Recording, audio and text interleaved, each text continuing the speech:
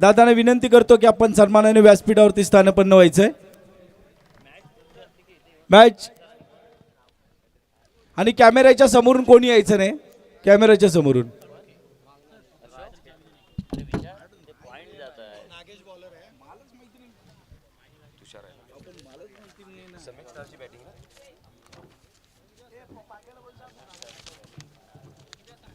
पहिला बॉल नागेचा तुषारसाठी पल्लू शॉट पहिला खराब सिलेक्शन शॉट्स आणि इथे काय झालंय तर तुषारला परतावं लागतंय.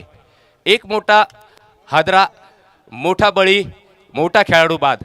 बघा मैदानामध्ये एक जाळं विणलं होतं असं मी म्हणेन आणि त्याच्या बरोबर मध्ये ह्या जाळ्यामध्ये मासा हा गळाला लागलाय असं मी म्हणेन. त्या जाळ्यामध्ये अडकला कोण तर तुषार सारखा एक बलाढ्य खेळाडू.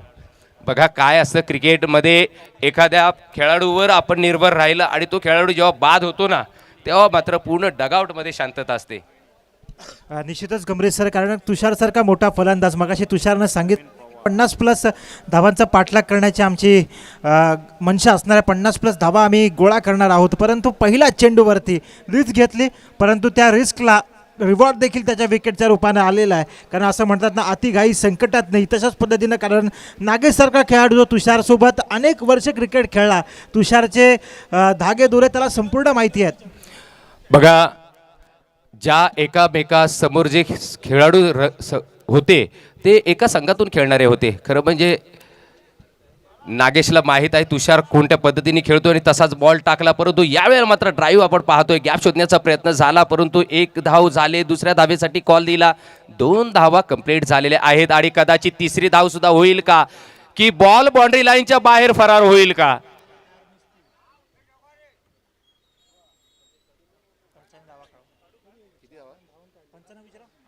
अंपायर किती धावा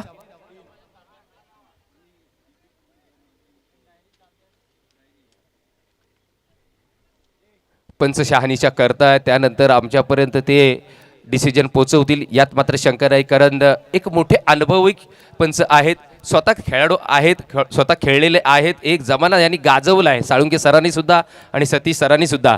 त्यामुळं त्यांना माहीत आहे की एक्झॅक्टली निर्णय काय द्यायचा. किती धावा sir 4. Thank you sir, thank you so much. 4 धावा म्हणजे एक चौकार मिळाला आहे. धावसंख्या आहे आता धावफलकावर 4 आणि खातं खोललेले 4 धावेने. परंतु नागेशने पहिला जो बळी मिळवला तो महत्त्वाचा होता. त्यानंतर न्यू बॅटर आपण पाहतोय प्रवीण पवार हा फलंदाज चांगली फलंदाजी करतोय. सध्या डोकं शांत ठेवून हा एकेरी दुहेरीवर भर देतोय. त्याला माहीत आहे एक मोठा माझा खेळाडू बाद झाला आहे आणि त्यानंतर मी स्वतः थोडंसं या दुसऱ्या विकेटसाठी स्टँड इन एक बिल्टअप करेन भागीदारी त्यानंतरच पुढे आक्रमण चढवेन. सध्या पहिल्या षटकाचा खेळ चालू आहे. खरं म्हणजे पहिलं षटक मी म्हणेन मेजवानीचं षटक आहे कारण या षटकामध्ये ॲडव्हान्स आहे तो फलंदाजाला. कारण सर्कलच्या आतमध्ये सर्व खेळाडू तैनात आहे. बघा सर्कलमध्ये एक जाळं विणलं असं मी म्हणेन. आता लेफ्ट हँडला जर आपण पाहिलं तर एक फ्लाइंग स्लिप आहे. एक थोडंसं आपण पाहिलं तर वाईडिश पॉईंट आहे. एक कवर्स आहे, एक्स्ट्रा कवर्स आहे, एक मिड ऑफ आहे, एक मिड ऑन आहे, एक लॉंग ऑन ठेवला आहे आणि आपण पाहतो एक डीप मिड विकेट आणि बरोबर स्क्वेअर लेगच्या दिशेला एक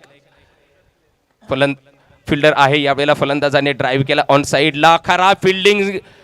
1 धाव होती तिथे 2 धावा घेतल्या गेल्या. तिसऱ्या धावेसाठी कॉल देतोय परंतु नाही सांगितलं ते म्हणजे राजने. 2 धावा राजच्या अकाउंटमध्ये अकाउंट ओपन करतोय स्वतःचं आणि धावसंख्या नेऊन ठेवतोय संघाची ती 7 आकड्यावर.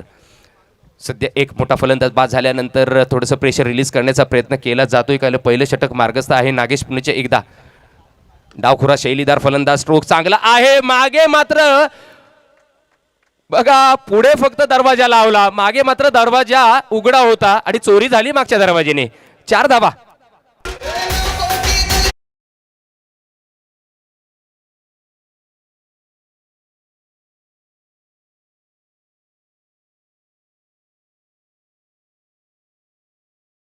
व नेतृत्व आणि एक आदर्श व्यक्तिमत्व आदेश भाऊ मर्चेंडे यांचं इथे आगमन झालंय. सहर्ष स्वागत दादा. आगतम स्वागतम सुस्वागतम. आपलं स्वागत आहे परंतु यामध्ये आपण पाहतोय मैदानाच्या आतमध्ये काय घडतंय तर 2 धावा इथे पाहायला मिळतात. 2 धावेनंतर षटक क्रमांक पहिलं संपुष्टात येईल. धावसंख्या मात्र 13 या आकड्यावर. सुरुवातीला असं वाटलं होतं रोहन की ज्या पद्धतीने तुषार बाद झाला कुठेतरी हा संघ डळमळीत होईल की काय, प्रेशर त्यांच्यावर होतं. परंतु बघा मी मागाशीच सांगितलं की डोक्यावर बर्फ ठेवून मैदानामध्ये उतरलं पाहिजे. सेन्सेबल क्रिकेट या दोघांनी खेळलंय. सध्या एकेरी दुहेरी धावेने त्यांनी धावफलक बघा कसा हलता ठेवला आणि एक दुहेरी अंकामध्ये एक सुस्थितीत आपला संघ नेऊन ठेवला 13 या आकड्यावर. निश्चितच क्रिकेटमध्ये हेच म्हटलं जातं की जीवन संजीवनी क्रिकेटच्या भाषेमध्ये सिंगल्स आणि डबल्सच्या या गोष्टीला म्हटलं जातं. कारण धावफलक तुम्हाला नेहमी हलता ठेवावा लागेल, कारण प्रेशर आल्यानंतर ह्याच एकेरी दुहेरी धावसंख्येला हलता ठेवण्याचं काम करतात आणि तीच कामगिरी यावेळेस मैदानामध्ये दोन्ही फलंदाजांकडून केली जाते. तुषारसारखा मोठा फलंदाज तंबूत माघारी परतल्यानंतर मात्र संघाचा डाव सावरण्याचं काम दोन्ही फलंदाजांकडून गमरेसर या ठिकाणी केलं जातं. कारण गोलंदाजानं तोडीस तोड उत्तर देतं. गोलंदाजीचा शिरस्ता जो आहे तो चांगल्या पद्धतीनं या ठिकाणी पार पाडला आहे. प्रणित जाधव न्यू बॉलर आणि समोर मात्र प्रवीण पवार. आता या दोघांमध्ये ही लढत आहे. एका बाजूला बॉलर आणि एका बाजूला बॅटर. दोघांमध्ये हे युद्ध. परंतु हे युद्ध कुठलं तर क्रिकेटचं. यावेळेला मात्र स्वैर मारा, दिशाहीन गोलंदाजी आणि वाईडचा इशारा. एक अवांतर धावेने धावफलक सरसावेल 14 या आकड्यावर. क्रिकेटमध्ये तुम्हाला गतीपेक्षा युक्ती महत्त्वाची आहे, परंतु इथे तुम्हाला दिशा आणि दशा जर या 2 शब्दांचा आपण वेलांटी काढली तर मात्र तुमची दिशा जर योग्य असेल तर मात्र नक्की तुम्ही चांगल्या दिशेने जाल. परत दिशा तुमची चुकली तर दशा होऊन जाईल. परंतु इथे काय झालंय, फलंदाजाने मात्र आपली दिशा चुकवली आणि इथे त्याची दशा झाली.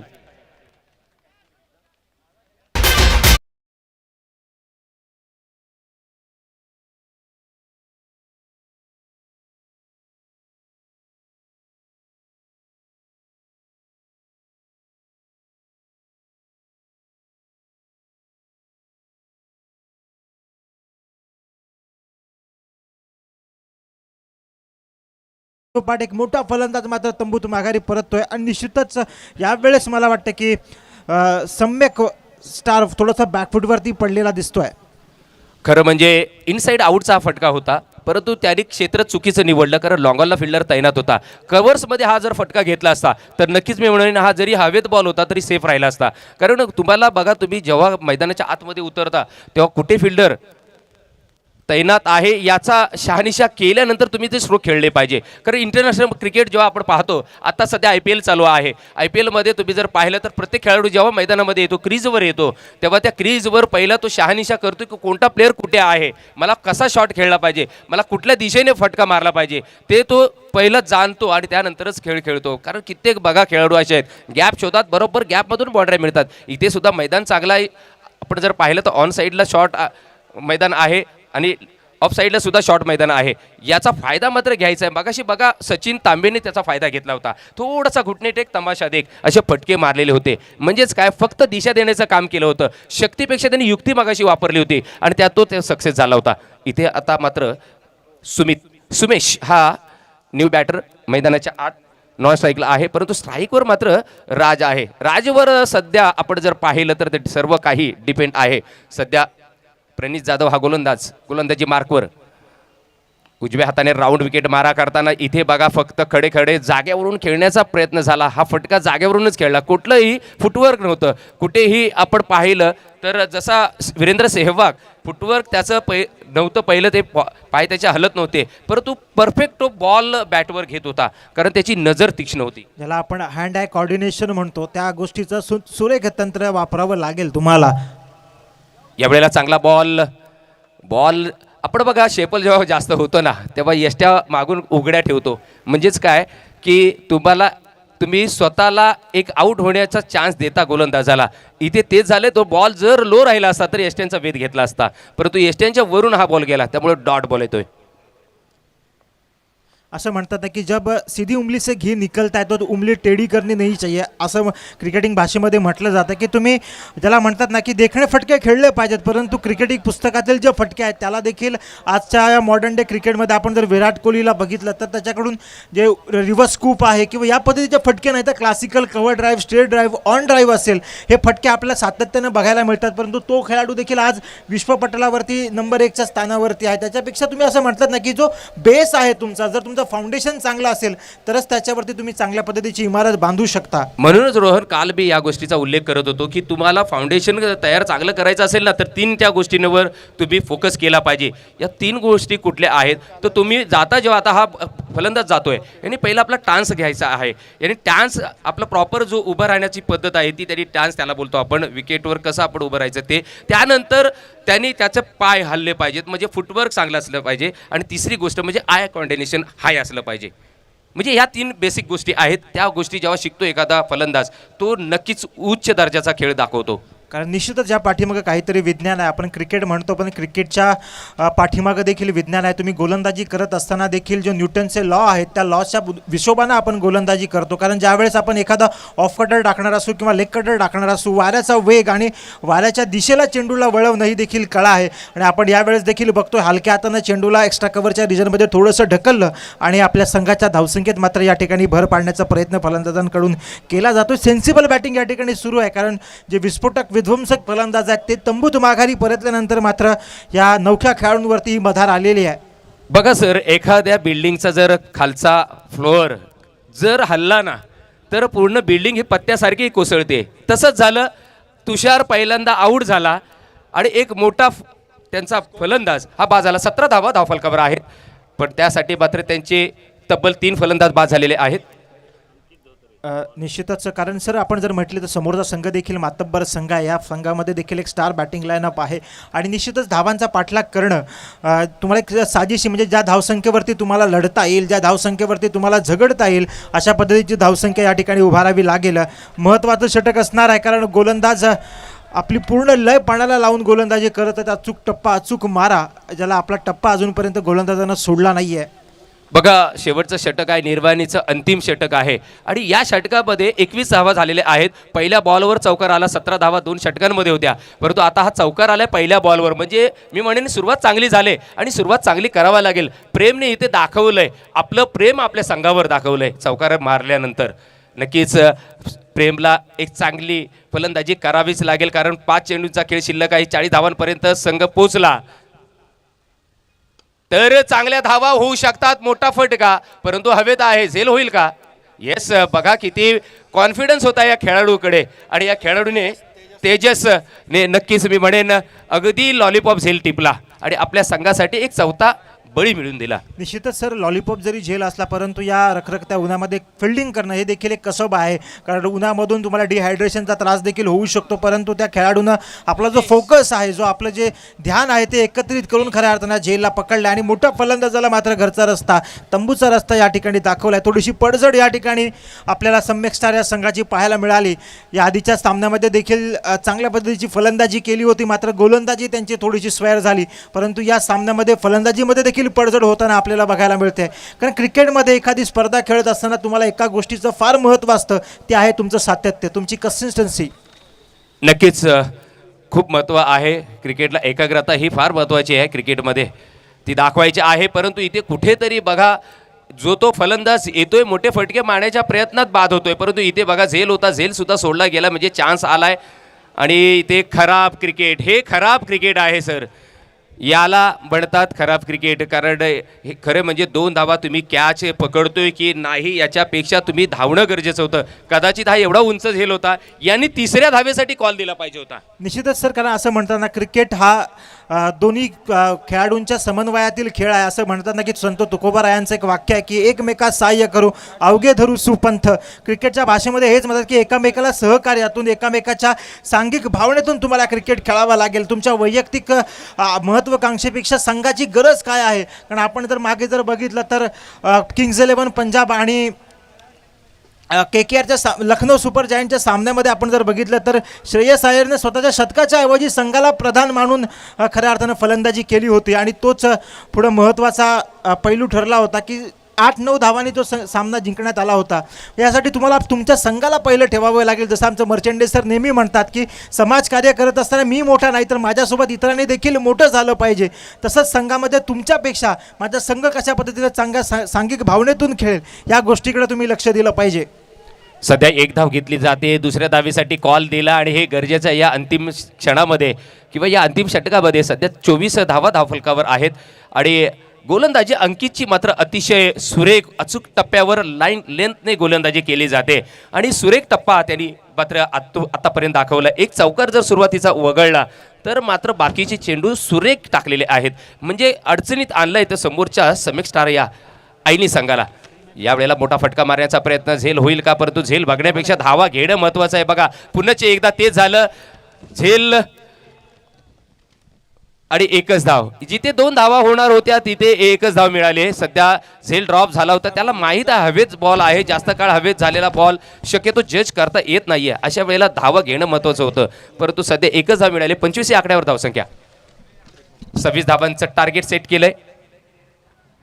सर्वप्रथम या ठिकाणी शांतिज्योत युवा प्रतिष्ठान खेड आयोजित खेड तालुका बुद्धिस्ट प्रीमियर लीग KBPL 2025 पर्व दुसरे या पर्वाच्या या दादासाहेब मर्चेंडे क्रीडा नगरीमध्ये ज्या आदर्श व्यक्तिमत्वाची आम्ही आतुरतेने वाट पाहत होतो.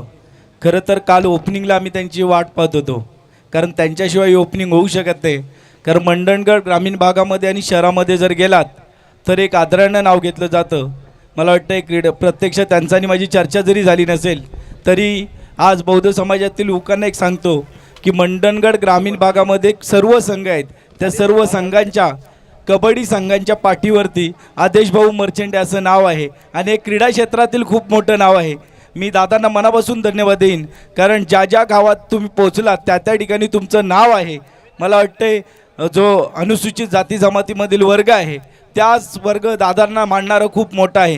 दादासाहेब मर्चेंडेने केलेलं पुण्याचं काम त्यांच्या पावलावर पाऊल ठेवून आदेशभाऊ मर्चेंडे त्याच पद्धतीने काम करतात, याचा आम्हाला आदर्श अभिमान आहे. आणि निश्चितच अशा महान व्यक्तिमत्वाचा आज या ठिकाणी मान सन्मान होणं गरजेचं आहे. आपल्या अमूल्य वेळ देऊन या ठिकाणी उपस्थित राहिलेत तर आदेशभाऊ मर्चेंडे यांचा सन्मान होत असताना सर्व तरुणांना विनंती करेन की दादांनी शब्द आम्ही टाकला नाही तरी दादांनी स्वतःहून सांगितलं की बुद्धिस्ट प्रीमियर लीगसाठी जे पहिलं बक्षीस असेल मग 50,000 असेल ते 50,000 देऊ, तुम्ही जे सांगाल ती रक्कम देऊ. असे व्यक्तिमत्व आदरणीय आदेशभाऊ मर्चेंडे या ठिकाणी आलेले आहेत. मी सुमेशजी शिर्के आणि डॉक्टर गणेश मोरे यांना विनंती करतो की आपण दादासाहेब आपल्या आदेशभाऊ मर्चेंडे यांचा यथोचित सन्मान करायचा आहे. सुमेशजी शिर्के आणि डॉक्टर गणेश मोरे यांनी सन्मान करायचा आहे. डॉक्टर या.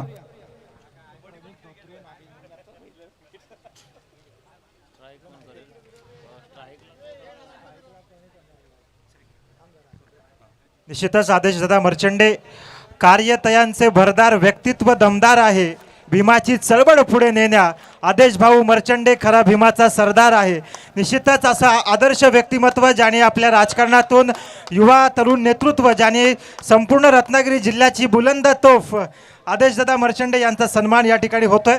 धन्यवाद दादा, आपली उपस्थिती या स्पर्धेच्या निमित्ताने आम्हा सर्वांना प्रेरणादायी आहे.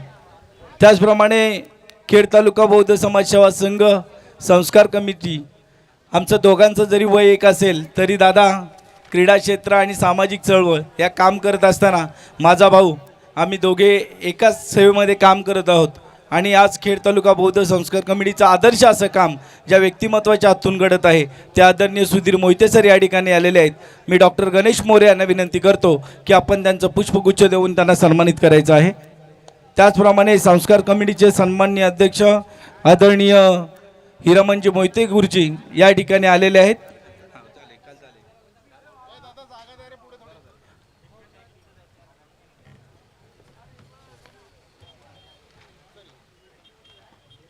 या ठिकाणी तालुक्याचे कोणी अध्यक्ष सचिव प्रत्येक शाखेचे अध्यक्ष सचिव किंवा पदाधिकारी आले असतील तर त्यांना मी विनंती करतो की आपण या ठिकाणी व्यासपीठावरती यायचं आहे. कॅमेरामॅन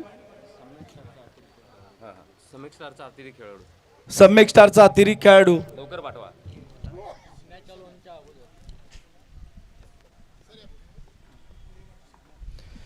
पहिला मुंबई बॉल महानगरपालिकेमध्ये कार्यरत असणारे आदरणीय सुनीलजी पवार या ठिकाणी आलेले आहेत. त्यांचं देखील मी पुष्पगुच्छ देऊन या ठिकाणी सन्मानित करतोय. मी डॉक्टर गणेश मोरे यांना विनंती करतो की आपण त्यांचं पुष्पगुच्छ देऊन सन्मान करायचा आहे.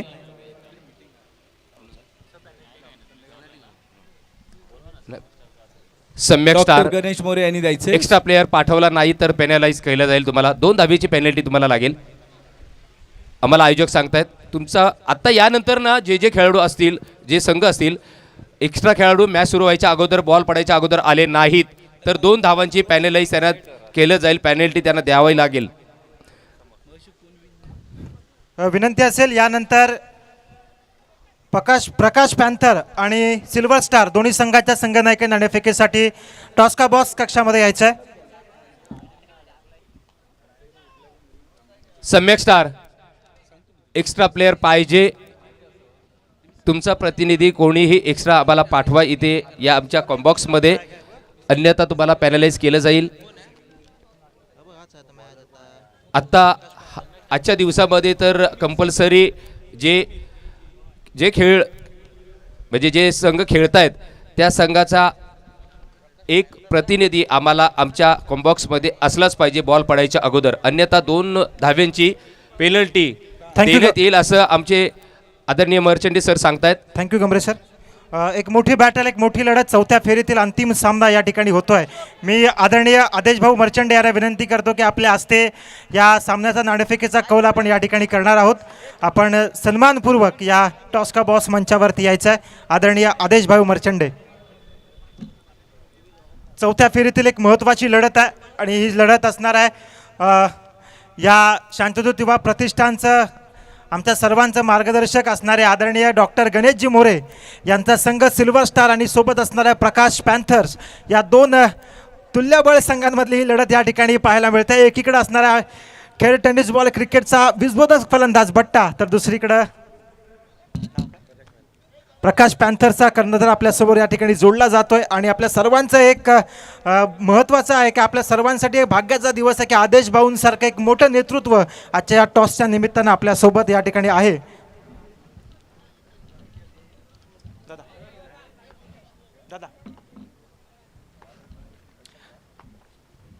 यस, या ठिकाणी दोन्ही कर्णधार आलेत. आपण दादांना विनंती करतो की आपल्या हस्ते या स्पर्धेचा नाणेफेकीचा कौल आपण या ठिकाणी करून घ्यायचा आहे. छाप या ठिकाणी प्रकाश पॅन्थर्स संघाचे संघनायक नाणेफेकीचा कौल जिंकलेत. दादा, खूप सर्वात प्रथम अभिनंदन. नाणेफेकीचा कौल आपण जिंकलाय. आपला निर्णय काय असणार आहे? नाणेफेकीचा कौल आपण जिंकलाय. Bowling first. Bowling first. काही रिझन त्याच्या पाठीमागं, काही विशेष अशा गोष्टी धरून? कारण बट्टासारखा मोठा फलंदाज आहे. आज नक्कीच बॉलिंग घेण्याचं कारण की बट्टासारखा मोठा खेळाडू आहे, त्याला एक पहिल्या दुसऱ्या षटकामध्येच आऊट करण्याचा प्रयत्न असेल आणि एक ती 40 धावांमध्ये, त्या 40 धावांच्या आतमध्ये त्याला त्याच्या संघाला थांबवण्याचा प्रयत्न असेल आमचा. आणि बॅटिंग लाईनअप एक आमच्याकडे पहिले 3-4 नंबरला एक बॅटिंग लाईनअप चांगला आहे, त्यामुळे आम्ही प्रथम गोलंदाजीचा निर्णय स्वीकारला आहे. धन्यवाद दादा. कारण स्पर्धा आपल्या अंतिम टप्प्याकडे जात आहे. चौथ्या फेरीतला शेवटचा सामना असणार, त्यासाठी तुम्हाला खूप खूप शुभेच्छा. बट्टा, प्रथम फलंदाजीसाठी आमंत्रित केलं आहे. टॉस जिंकला असता तर आपला निर्णय काय असता? मला फलंदाजीच करायची. निश्चितच या स्पर्धेमध्ये आपलं आव्हान जे आहे, मला वाटतं की प्रवास थोडंसं आपला खडतड आतापर्यंत राहिला आहे आणि आपण शेवटच्या फेरीकडे जात आहोत. कशा पद्धतीनं पुनरागमन करायचं असेल? कारण संघमालक इतक्या उत्साहानं तुमच्या पाठीशी उभ्या आहेत. हा, नक्की समोरचा संघ देखील खूप चांगला आहे. समोर सतीशदासारखा एक मोठा खेळाडू आहे आणि त्याच्यासमोर मला खूप वर्ष मी त्याच्यासोबत सातत्याने खेळत आलो आहे. मला बऱ्यापैकी त्याचं क्रिकेट माहीत आहे, त्याला देखील माझं क्रिकेट माहीत आहे. तरी देखील मी जास्तीत जास्त धावा करणार आणि जे काय 2 सामने राहिलेत ते जिंकण्याचा प्रयत्न करणार आहे. निश्चितच कितीच धावा कराव्या लागतील? कारण सतीशदादांसारखा तू मगाशी म्हटलास की एक मोठा फलंदाज आहे ज्यानं टेनिस बॉल क्रिकेट आपल्या उमेदीत नव्हे तर आज देखील तो गाजवतोय. तर किती धावापर्यंत मजल आपली टार्गेट ठेवण्याचं लक्ष असणार आहे आपलं? होय, नक्कीच एक सातत्यपूर्ण खेळाडू आहे. इतकी वर्ष तो या टेनिस क्रिकेटच्या पटलावरती खूप चांगलं काम करत आलेलं आहे. आणि जर का त्याच्यासमोर आव्हान ठेवायचं झालं तर जास्तीत जास्त 55 ते 60 धावा मला उभा राहावं लागतील. कारण का तो 55 ते 60 धावा तेवढं देखील करू शकतो या वयामध्ये, एवढी ती चांगली धमक आहे त्याच्यामध्ये अजून. थँक्यू बट्टा.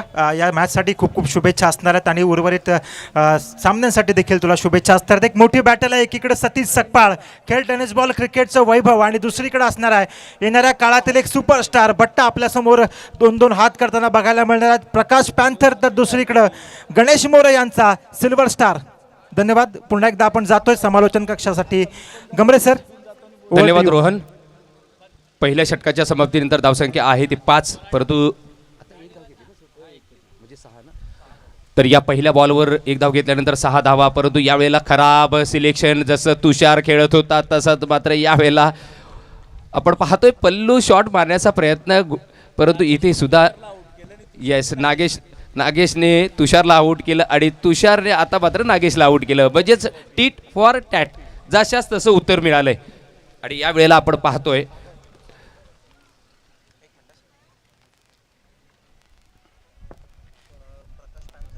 धावसंख्या आहे 6 आणि 6 धाव्यांवर आपण पाहतोय पहिल्या विकेटचं पतन. नागेश 3 धाव्यांवर बाद होतोय आणि सम्यक स्टार ID या सगळ्यांनी ज्या धावा जमवल्या होत्या 26 म्हणजे टू विन आहेत, 25 धावा जमवल्या होत्या, 26 धावांचं टार्गेट सेट केलं आहे. आणि वैशाली क्लासेस नातूनगर या संघासमोर ज्या 26 धावा ठेवल्या त्याच्यामध्ये पहिल्या षटकामध्ये फक्त 5 धावा दिल्या, त्या म्हणजे समीरने. परंतु दुसऱ्या षटकामध्ये जर आपण पाहिलं तर तुषार गोलंदाजीसाठी आला, 1च धाव दिले 2 चेंडूंमध्ये आणि 1 विकेट मात्र मिळवून दिले. नक्कीच मी म्हणेन या गोलंदाजाने आत्ता मात्र प्रभाव दाखवला. फलंदाजीमध्ये थोडीशी तुषारने निराशा दाखवली, परंतु गोलंदाजीमध्ये चांगला प्रभाव दाखवतोय. इथे न्यू बॅटर सागर जाधव, सुकवलीचा हा सुपुत्र उर्फ बाहुबली. यावेळेला मात्र फटका चांगला आहे, प्रोटेक्शन दिलेलं आहे, डीप मिड विकेटला फिल्डर तैनात आहे, फेक करेल तोपर्यंत 1च धाव. आणि तुषार कारमंत्र देताना थोडासा निराश आहे की फिल्डिंग करा मित्रांनो, धावा कमी आहेत आपल्या धावफलकावर. नक्कीच धावा जमावा लागतील, परंतु ज्या पद्धतीने इथे खेळ चाललाय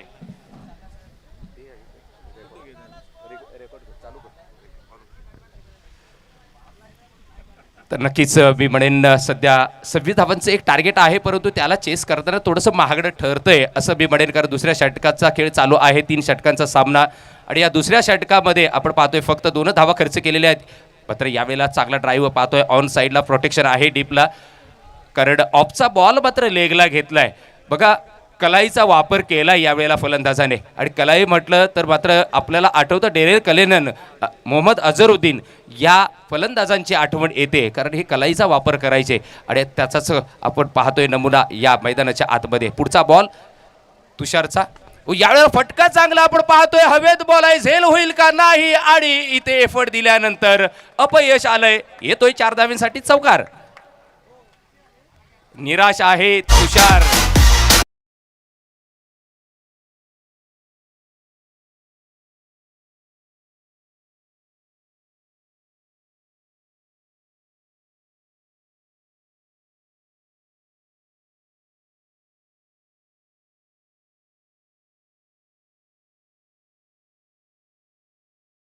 धन्यवाद. 12 धावा झालेल्या आहेत धावफलकावर.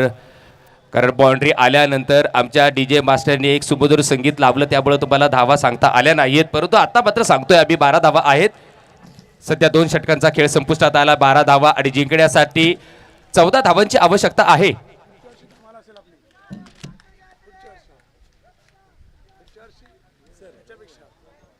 सर्व खेळाडूंना एक आनंदाची बातमी यासाठी मी देतोय. बघा बुद्धिस्ट प्रीमियर लीगचं वर्ष वाढलं तरी बक्षिसांची रक्कम मात्र वाढत चाललेली आहे. खऱ्या अर्थानं मी मुद्दामच ज्या व्यक्तिमत्वाची आतुरतेने वाट पाहत होतो ते आमचे बंधू आदरणीय खेड तालुक्याचा बुलंद आवाज, ज्यांच्या नेतृत्वाखाली अनेक वर्ष काम करत असताना खेड तालुका बौद्ध समाज सेवा संघ आंबेडकर जयंतीचे माननीय अध्यक्ष महोदय विरचंद मोरे यांचं आगमन झालेलं आहे. 2 मिनिटं मॅच थांबवायची आहे. सर्व खेळाडूंना विनंती करतो की विरचंद मोरे यांचं जोरदार टाळ्या वाजवून हार्दिक स्वागत करायचं आहे. ज्या व्यक्तिमत्वाची आम्ही वाट पाहत होतो. आदेश भाऊ, तुम्हाला सांगू इच्छितो की गेल्या वर्षी तुम्ही आलात आणि बक्षीस जाहीर केलं की 25,000 रुपये मी देतो म्हणून. यावर्षी नाव जाहीर करणार नाही, पण पुढच्या वर्षीची सगळी रक्कम ती व्यक्ती देणार आहे. त्याचं नाव मी नंतर जाहीर करणार आहे. कारण ही लीग बघितल्यानंतर आता प्रत्येकाला वाटते की माझं सुद्धा या ठिकाणी धम्मदान असायला पाहिजे, आणि निश्चितच आपल्या बक्षिसांच्या रकमेमध्ये वाढ होते. नंतर मी ती जाहीर करणार आहे. धन्यवाद. खरं म्हणजे गुरुजींना ना शिक्षक होण्यापेक्षा पॉलिटिशियन व्हायला होतं. माणसं कशी माणसांना बरोबर घ्यायची, कशी माणसांना आपल्या बाजूने फिक्स करायची, गुरुजींना बरोबर कला आहे. नक्कीच त्याचं व्यक्तिमत्व आहे गुरुजींचं. बघा मी काय म्हणालो की पैशांची कमी नाही, फक्त मॅच घ्या. आणि आत्ताच विरसेन दादाने, आम्ही त्यांना काही बोललो नाही, पण विरसेन दादाने आत्ताच 5,000 रुपये देऊन टाकले. पुढच्या वर्षी एक शून्य वाढणार आहे एवढं नक्की मात्र आहे. आणि 100% देणार, पण ते कसे देणार ते त्यांना माहिती आहे.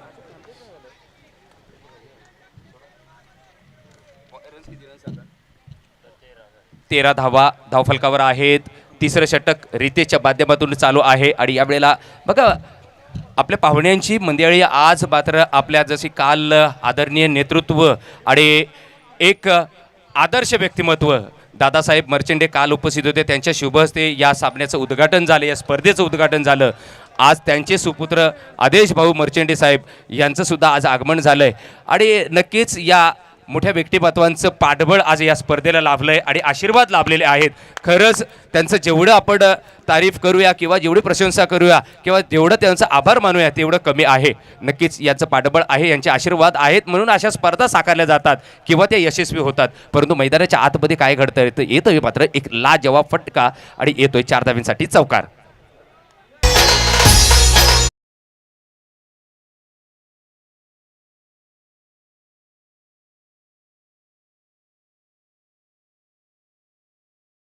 कारण बघा इक्वेशन काय आलंय तर 3 बॉल आणि 9 धावांची आवश्यकता, म्हणजे 14 धावांची आवश्यकता होती.